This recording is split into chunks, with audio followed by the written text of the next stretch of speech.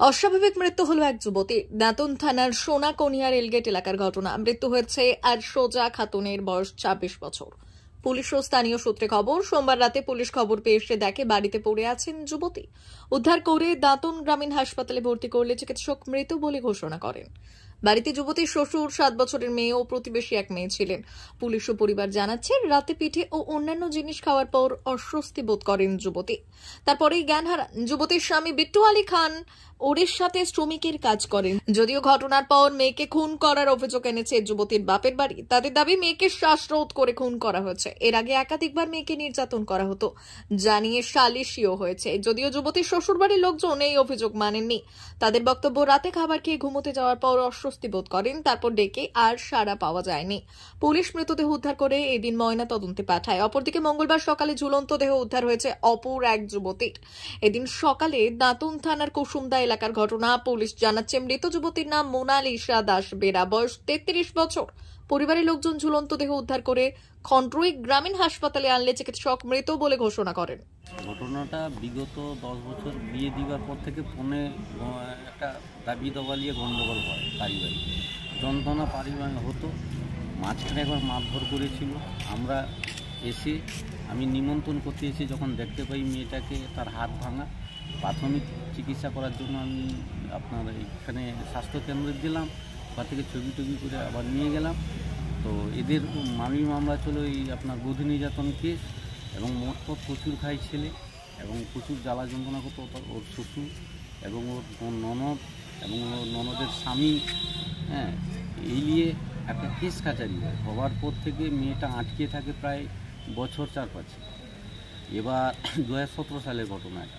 তারপরে আমার বড় মামা অ্যাক্সিডেন্টে মারা যাওয়ার পর থেকে এরা পারিবারিক কিছু গ্রামে মহলকে নিয়ে গিয়ে আলোচনা করে জিনিসটাকে মিটমাট করার চেষ্টা করেছিল। আমরাও চিন্তা ভাবনা করে দেখলাম যে মেয়ের ঘর করিতে হবে।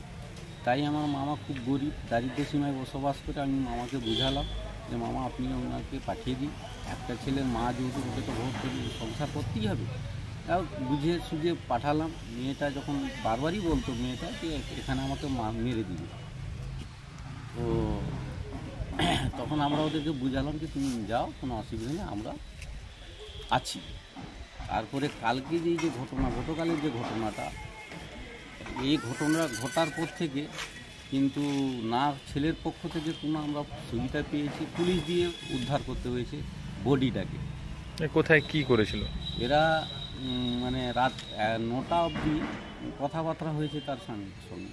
তারপরে সন্ধ্যার সময় মেয়েটা ফোন করেছে, এবং সন্ধ্যার সময় ভালো মন্দ কথাবার্তাও হয়েছে। তারপর হঠাৎ ওর ছোটো ভাইটা বাইরে থাকে।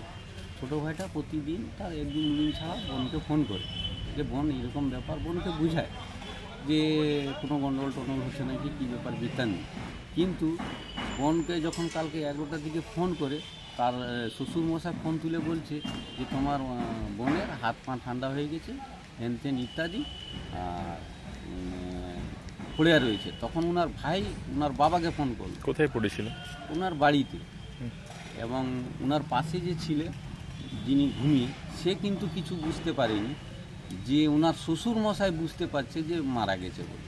ওনার পাশেও একটা মহিলা ঘুমিয়েছে। কীভাবে মারা গেছে কিছু বুঝতে পারছে না। আমরা সন্দেহ করছি ওটা ওই বালিশ চাপা দিয়ে মারছে, বা যে কোনো একটা মার্ডার একটা স্কিম করেছে। কেন ওনার শ্বশুর প্রচুর জটিল গুণিন গানান করেন, বা অন্যান্য ইত্যাদি যে আছে এগুলো করে। বিয়ে কোথায় দিয়েছিলেন?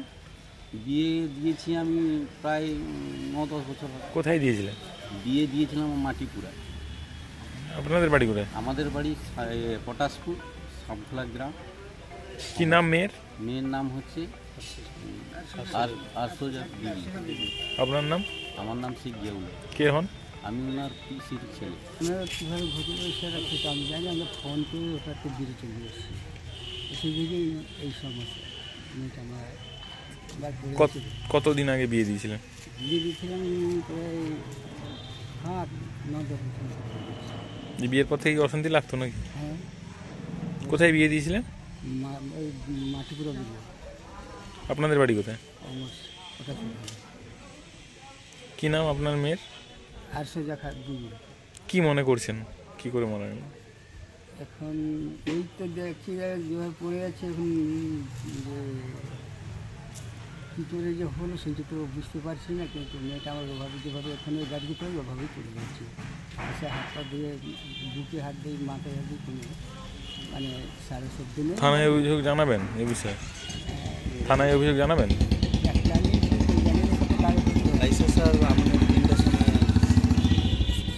কি নাম আপনার? আমার নাম আলফাজুদ্দিন খান। অমর অটোমোবাইলস ইয়ামাহা মোটরবাইক কোম্পানির অথরাইজড ডিলার, বেলদা, পশ্চিম মেদিনীপুর। অমর অটোমোবাইলস, আমাদের এখানে পেয়ে যাবেন ইয়ামাহা কোম্পানির সব মডেলের মোটরবাইক ও স্কুটার। প্রতিটি কেনাকাটায় থাকছে আকর্ষণীয় উপহার, থাকছে স্পট ফাইন্যান্স, স্বল্প ডাউন পেমেন্ট, চেক ছাড়া ফাইন্যান্স ও 0% সুদের হারের ব্যবস্থা। তবে আর দেরি কেন? আপনার বাড়ির কাছেই আজই চলে আসুন ইয়ামাহা কোম্পানির মোটরবাইকের বিশ্বস্ত শোরুম অমর অটোমোবাইলস, ইয়ামাহা মোটরবাইকের অথরাইজড ডিলার, বেলদা, পশ্চিম মেদিনীপুর। যোগাযোগের নম্বর 9547232150 অথবা 6296512188।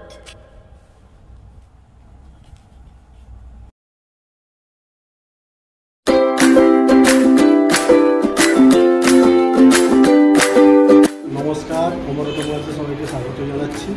আমাদের কাছে ইয়ামাহা কোম্পানির প্রত্যেকটা বাইক এবং স্কুটার অ্যাভেলেবেল রয়েছে।